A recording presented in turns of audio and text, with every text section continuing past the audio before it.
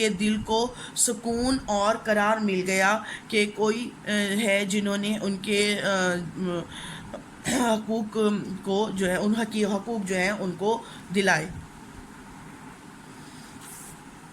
اصول محبت ہے پیغام جس کا، وہ محبوب صلی اللہ علیہ وآلہ وسلم پروردگار آ گیا ہے۔ اصول محبت کرنے کا اصول، پیغام، درس یا جو نصیحت ہے، محبوب پسندیدہ شخصیت پروردگار اللہ تعالیٰ کا، یعنی اللہ تعالیٰ کے محبوب جو ہے صلی اللہ علیہ وآلہ وسلم اس دنیا میں تشریف لے آئے ہیں، اور جن کا کام کیا ہے، جن کا پیغام کیا ہے، ان کا پیغام ہے ہر ایک سے محبت کرنا اور محبتیں بانٹنا۔ آپ صلی اللہ علیہ وسلم کی پوری زندگی سراپا محبت ہے، اور آپ صلی اللہ علیہ وسلم نے ہمیشہ سب کو محبت کا درس دیا۔ آپ صلی اللہ علیہ وآلہ وسلم نے عرب کے جاہل اور ظالم قوم کو زندگی گزارنے کے طریقے سکھائے، ان کے دلوں میں محبت کا جذبہ جگایا۔ آپ صلی اللہ علیہ وآلہ وسلم کے محبت بھرے انداز سے متاثر ہو کر لوگ گروہ در گروہ جو ہے وہ دائرہ اسلام میں داخل ہونے لگے۔ آپ صلی اللہ علیہ وسلم کی محبت صرف انسانوں تک ہی محدود نہیں تھی، بلکہ آپ نے جانوروں کے لیے بھی محبت اور نرمی کا جو ہے وہ حکم دیا ہے، اور یہ محبت صرف مسلمانوں کے لیے نہیں بلکہ ہر انسان کے لیے تھی، جو چاہے وہ جس بھی مذہب سے تعلق رکھتا ہو، ٹھیک ہے۔ اور اللہ تعالیٰ آپ صلی اللہ علیہ وسلم اللہ تعالیٰ کے محبوب پیغمبر ہے، اور اللہ تعالیٰ نے یہ کائنات آپ صلی اللہ علیہ وسلم کے لیے تخلیق کی، اور اللہ تعالیٰ نے آپ صلی اللہ علیہ وسلم کو اس دنیا میں بھیجنا تھا، اس لیے یہ اللہ تعالیٰ نے دنیا تخلیق کی۔ اس کی تشریح سے ریلیٹڈ شعر جیسے، کرو مہربانی تم اہل زمیں پر، کرو مہربانی تم اہل زمیں پر، خدا مہرباں ہوگا عرش بری پر، ٹھیک ہے۔ اگلا شعر دیکھیں، اب انسان کو انسان کا عرفان ہوگا، یقین ہو گیا ہے اعتبار آ گیا ہے۔ انسان سے مراد انسان، عرفان کا مطلب ہوتا ہے پہچان۔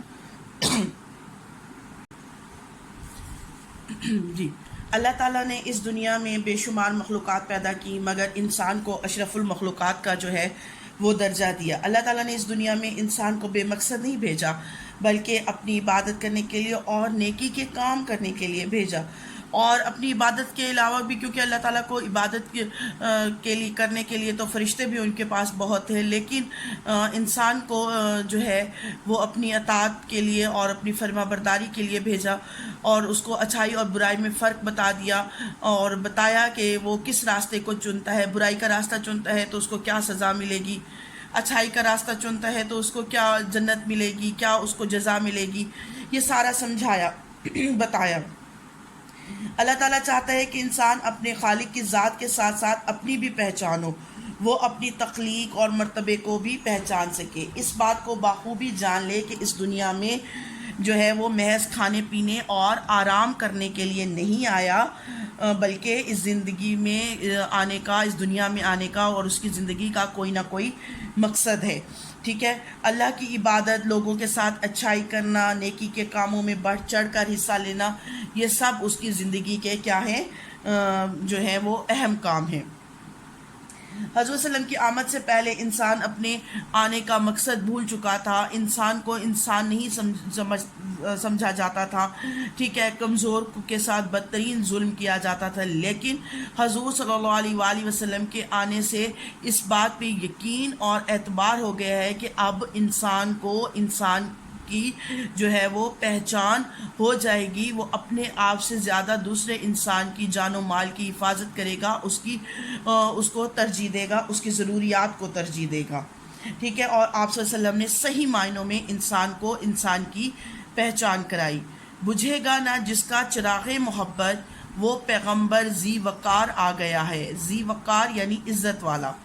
شاعر احسان دانش کہتے ہیں کہ آپ صلی اللہ علیہ وآلہ وسلم وہ عزت والے پیغمبر ہیں، وہ ذی وقار پیغمبر ہیں جن کا چراغ محبت قیامت تک نہ بجھے گا۔ ان کی یہ تمام تر جو تعلیمات ہیں وہ قیامت تک کے انسانوں کے لیے جو ہے وہ پوری ہیں، قیامت تک ان کے کوئی بھی نبی نہیں آئے گا۔ آپ صلی اللہ علیہ وآلہ وسلم اللہ کے آخری نبی ہیں، اور آپ پر جو کتاب نازل کی گئی وہ بھی قیامت تک کے لوگوں کے لیے کافی ہے۔ شاعر کہتے ہیں کہ دنیا میں آپ صلی اللہ علیہ وسلم کی آمد کا ذکر کرتے ہوئے کہتے ہیں کہ آپ صلی اللہ علیہ وسلم نے اہل عرب کے دلوں سے عداوت اور جو دشمنی تھی، جو نفرت تھی، اس کو ختم کر کے محبت کا جو چراغ روشن کیا وہ کبھی نہیں بجھے گا. یعنی حضور صلی اللہ علیہ وسلم نے اسلام کے نور سے ساری دنیا کو منور کر دیا، اور دنیا کے گوشے گوشے میں اسلام کی جو ہے وہ روشنی پھیل گئی. یہ روشنی قیامت تک نہیں بجھے گی. اللہ تعالیٰ نے اپنے دین اسلام کو اور جو ہے آپ صلی اللہ علیہ وسلم پر قرآن پاک نازل فرما کر جو ہے اس دین اسلام کو یہاں پر ختم کر دیا، اور قرآن ہی قیامت تک کے لوگوں کے لیے ہدایت کی روشنی بنا رہے گا. زمانے کو اب اپنی منزل مبارک کے ایک خضر صد راہ گزار آ گیا ہے. خضر سے مراد حضرت خضر علیہ السلام ہیں، جو لوگ بھٹکے ہوئے لوگوں کو راستہ دکھاتے تھے، لیکن یہاں پر مراد حضور صلی اللہ علیہ وآلہ وسلم کی ذات لی گئی ہے، جنہوں نے بھٹکے ہوئے انسانوں کو جو ہے وہ راستہ دکھایا. شاید حضور صلی اللہ علیہ وسلم کی آمد پر لوگوں کو مبارک دیتے ہوئے کہتے ہیں، دنیا والوں کو مبارک دے رہے ہیں کہ اپنی نئی منزل تم لوگوں کو مبارک ہو، کیونکہ اب ہم سب کو ایک نیا راہبر مل گیا ہے.